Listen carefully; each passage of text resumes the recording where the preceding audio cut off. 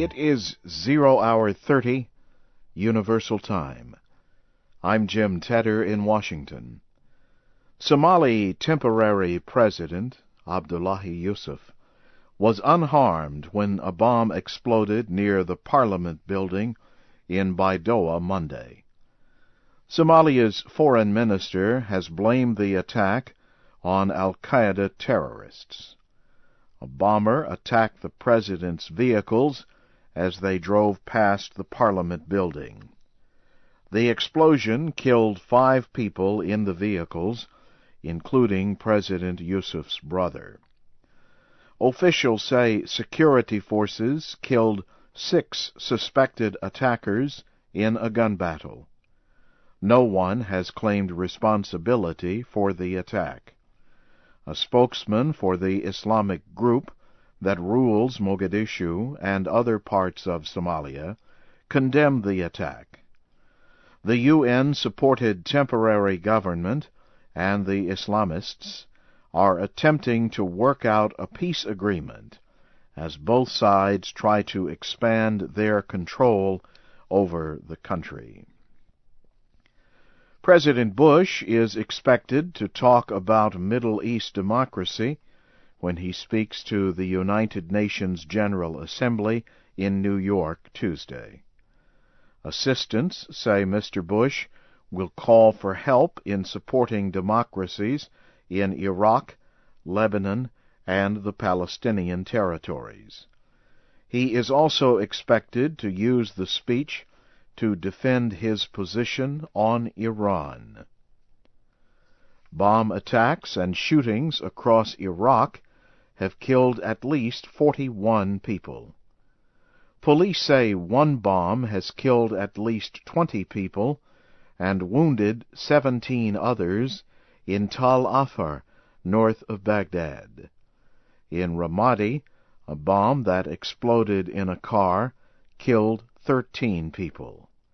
Several more bodies that showed signs of torture have been found in Baghdad. Tribal leaders in Anbar province have been organizing to fight the resistance in Iraq. They have asked the Iraqi government for support for a fighting force of 20,000 men.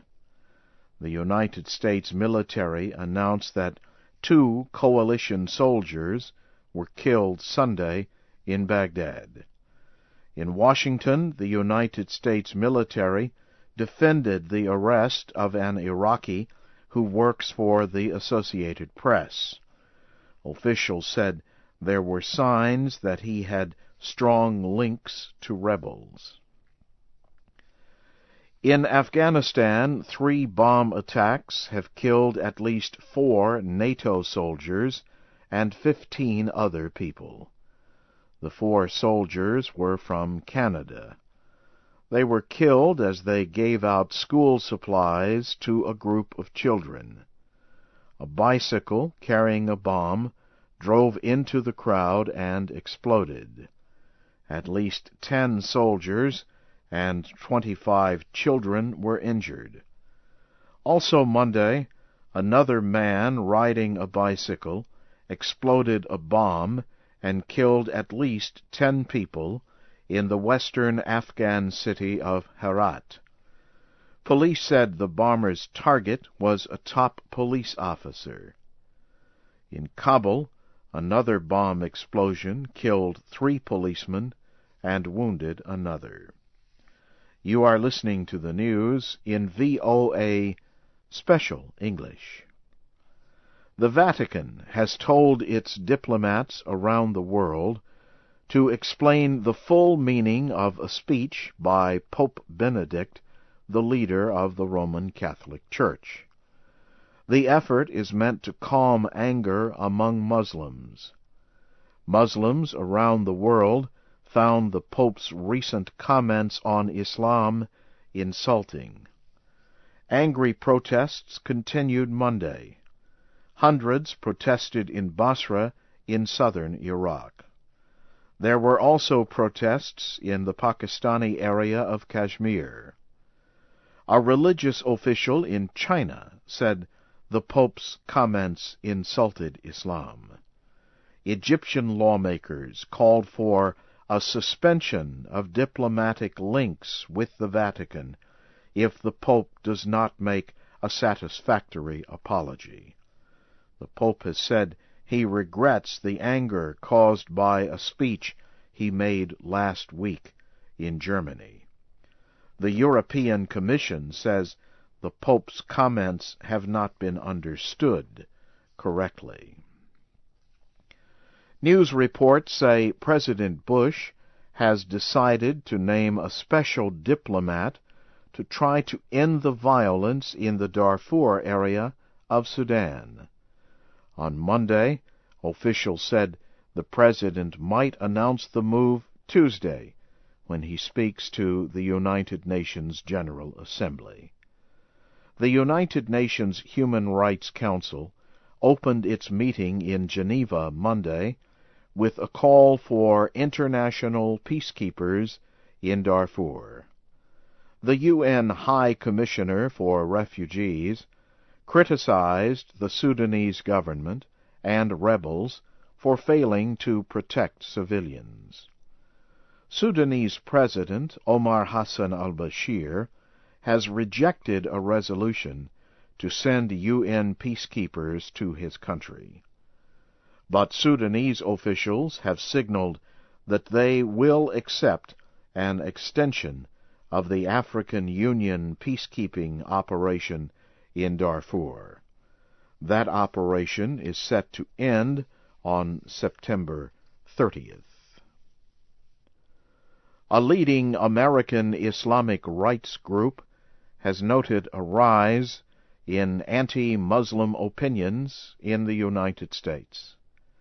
A report by the Council of American Islamic Relations says the group received almost 2,000 reports of anti-Muslim acts last year. That is a 30% increase in incidents from the year before. The director of the group says the increase is caused by politically tense climate against American Muslims and Islam in general. But Nihad Awad also praised government agencies for acting quickly to investigate incidents the group brings to their attention. Ugandan officials say 2 rebel leaders have not yet arrived at a camp where their fighters are gathering for a truce. Earlier reports said the 2 had arrived. Officials said Monday that Joseph Kony and Vincent Oti have not reported to the Rai Kwangba camp in nearby southern Sudan. The men are expected there as part of a truce deal made last month between rebels and the Ugandan government. NASA says a spill of a poison on the International Space Station set off a short-term emergency Monday. The space agency also says the lives of the crew members were never in danger. Officials say the emergency will not affect the planned arrival of the Russian Soyuz rocket on Wednesday. The Russian space vehicle is carrying an Iranian-American woman. She is the first female to pay to travel in space for fun. Briefly, here again is the major news. Somalia's temporary president, Abdullahi Yusuf, was unharmed when a bomb exploded near the Parliament building in Baidoa Monday. Bomb attacks and shootings across Iraq have killed at least 41 people. And in Afghanistan, 3 bomb attacks have killed at least 4 NATO soldiers and 15 others. And that's the news in VOA Special English. This is Jim Tedder reporting.